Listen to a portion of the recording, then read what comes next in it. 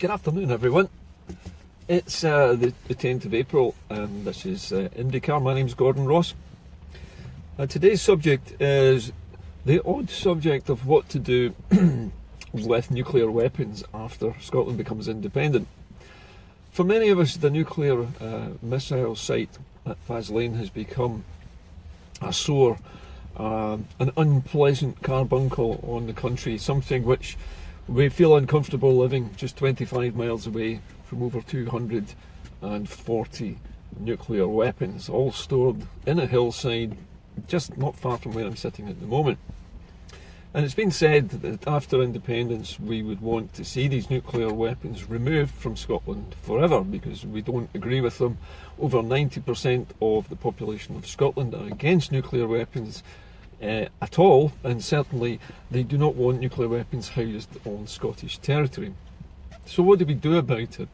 I thought for a while, like many other people, that the issue of removing these nuclear weapons would pose big problems for the British state if Scotland were to vote for independence in 2014. I thought it would be difficult for them to remove the nuclear missiles, submarines and all the rest of the paraphernalia that goes with that system.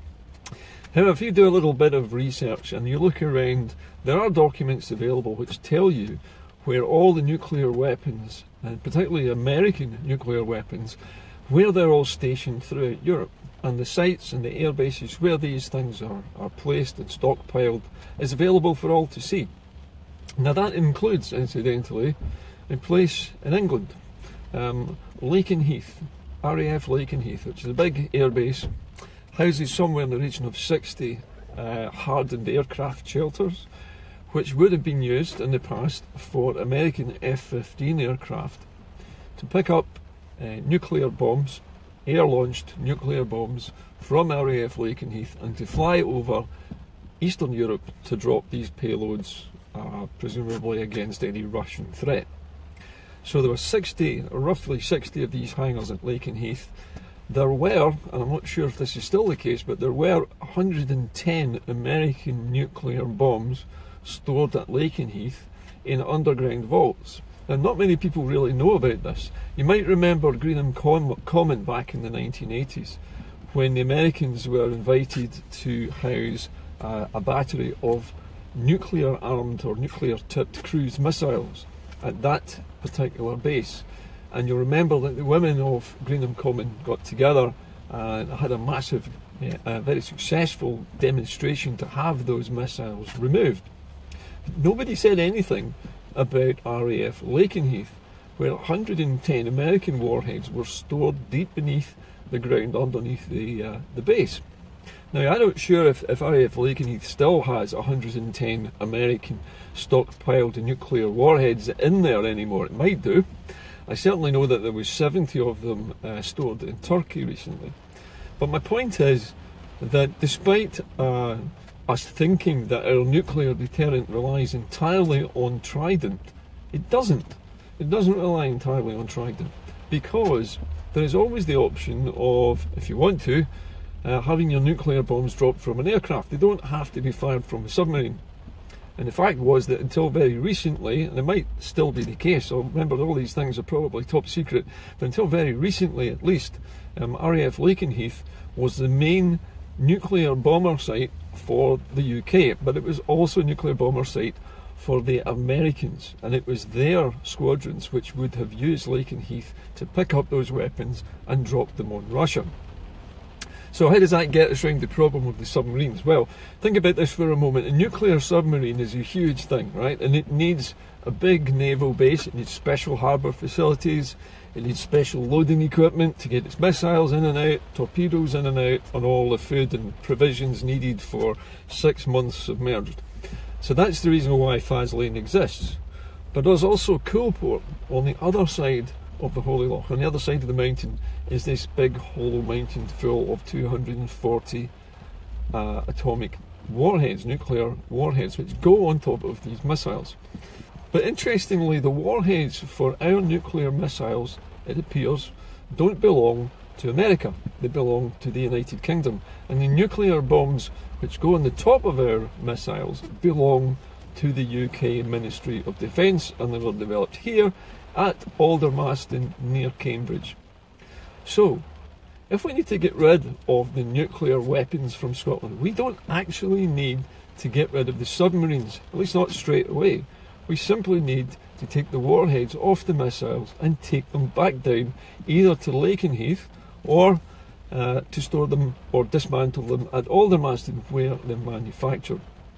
So there is an easy way for the British government to remove these nuclear weapons from Scotland and still have a nuclear option, because they can still use nuclear bombs stored at Lakenheath and dropped by their own aircraft. You don't have to be in charge of a missile battery to be able to threaten somebody with a nuclear weapon. Tactical nuclear warheads, these are ones which would be used on a battlefield, incidentally, not just dropped on a city indiscriminately, which the huge mass terror weapons of ballistic missiles do. But a non-ballistic strategic bomb is a smaller scale type of device, which is used on the battlefield to destroy large formations of tanks, artillery, and other ground equipment and personnel on the ground. So basically it's there to take out soldiers on the battlefield. So there are other options. The UK doesn't have to, if it doesn't want to, it doesn't have to give up being a nuclear power in order to remove its stockpile of weapons from Scotland. It can still do that. Not only that, but Scotland can still be a submarine base, even for the Royal Navy after independence, as long as those submarines do not carry nuclear-tipped missiles. So there are ways around these things which people have not thought about. I'm sure the people in the Ministry of Defence have thought about this, but as for you and me out here in the real world, nobody's really given this any great deal of thought. I'm thinking about it today. I'm just throwing some ideas out at you and giving you some facts about what has been happening in the past. Remember, the nuclear posture of the United States is what is key here. We're a member of NATO, the North Atlantic Treaty Organization, which is effectively an American alliance. America is the primary mover. All the rest of the members of NATO are subsidiaries and act with America in the event of Russian aggression, Chinese aggression, whatever it is. But the point is, America is the one who really controls it. And therefore, they have had the power to position weapons wherever they wanted in the theatre, as they call it, in Europe. And although we always think of Scotland as being a strategically important nuclear base, it's not the only one. It's just one of dozens of nuclear bases all across the all across the European Union and beyond. And these weapons of mass destruction, these bombs, are positioned all across Europe in multiple different places. Some of them right next to population centres. Some of them miles away from population centres. Nobody in the military seems to really care too much about where they're stored. But from our point of view, as an independent country, if we want to denuclearise, it is quite easy for us to request, after independence, that the British military take the missiles off their submarines, remove the warheads, have it verified that they've been removed, put them in safe containers and take them back to Aldermaston for storage, or for reprocessing, or for conversion into what we would call gravity bombs, bombs dropped from aircraft from high altitude. And there is no reason, as I say, why Britain would need to give up its military strategic nuclear option just because Scotland would not host nuclear-tipped missile submarines. So, as I say, it's not the big stumbling block to Scottish independence, nor is it a stumbling block to the defence of these islands, including Scotland. Remember, Scotland is still a part of this island, and we have to defend ourselves too, even if we're not nuclear armed. If Aldermaston down in Cambridge has still got these weapons, and Lakenheath has still got the ability to load up planes with them at a few minutes' notice and drop them on the battlefield over Eastern Europe, the United Kingdom is still a nuclear armed nation, and it can still act with NATO if it wants. Scotland can remain a part of NATO if it wants as well, but it doesn't have to have nuclear weapons. It's not a prerequisite to membership. So if you take all of these things together, if you just think about this for a moment, you don't need to get rid of everything at Faslane. It will still operate very well as both a submarine base, as a surface fleet base for the Scottish Navy when it forms after independence. It has massive barracks. In fact, there's a whole town built behind the barbed wire, complete with pubs, flats, post offices, schools, everything. Faslane is like a little village behind barbed wire, so it would make a wonderful centre for the Scottish Ministry of Defence to take over after independence. But at the same time, if we are still a part of NATO, which I would assume we might be, then the British Royal Navy might still use the facilities at Faslane to service their submarines, and that would be okay, as I say, as long as they're not armed with nuclear missiles. Now, there are other places in the world which have this same arrangement. I think Australia, if I remember correctly, was nuclear at one time, but New Zealand wasn't. New Zealand remained neutral and would not permit nuclear-armed vessels into any of its ports. But he would allow vessels into the ports to refuel if they didn't carry tactical nuclear weapons or missiles. So it can be done, and there's no reason why it should pose any difficulty at all for a country as wealthy and as well defended as the United Kingdom. It would also leave Scotland free to consider a different method of defending its assets. To my mind, Scotland's assets are primarily the ones around the sea coast. So we have lots of oil rigs, for example, but we also have big installations of tidal machinery in Orkney. We also have large wind farms offshore, which we need to protect because these are vital infrastructure that provide power to our factories, to our homes and to our economy. So in my view at least, our own defence would be better served with a more defensive posture. In other words, not missiles that we fire at other people, but missiles that we fire at other missiles. An anti-missile system, for example, similar to the one which protects the Russian state from air missiles, can be purchased off the shelf actually from Russia. They provide it as a service. They can provide you with an anti-missile system. You can design your own computer software for it. You could encode it so that the Russians cannot decode it. But the point is, the weapon system is proven to work, and it is effective against cruise missiles and ballistic missiles, short-range standoff bombs, and all sorts of other threats that could be used against Scotland's installations. So, what I'm saying here is that defensively, there is no barrier to Scotland denuclearising, and there's no reason for England to worry about denuclearising because it still has a stockpile of weapons, and it still has RAF Lakenheath, and it still has, believe it or not, Greenham Common, which, although the women fought a battle against cruise missiles, can still be used to arm planes with nuclear bombs dropped from the air. So the situation is kind of fluid. The only reason that we use submarines as a nuclear deterrent is because they're supposedly difficult to find under the sea.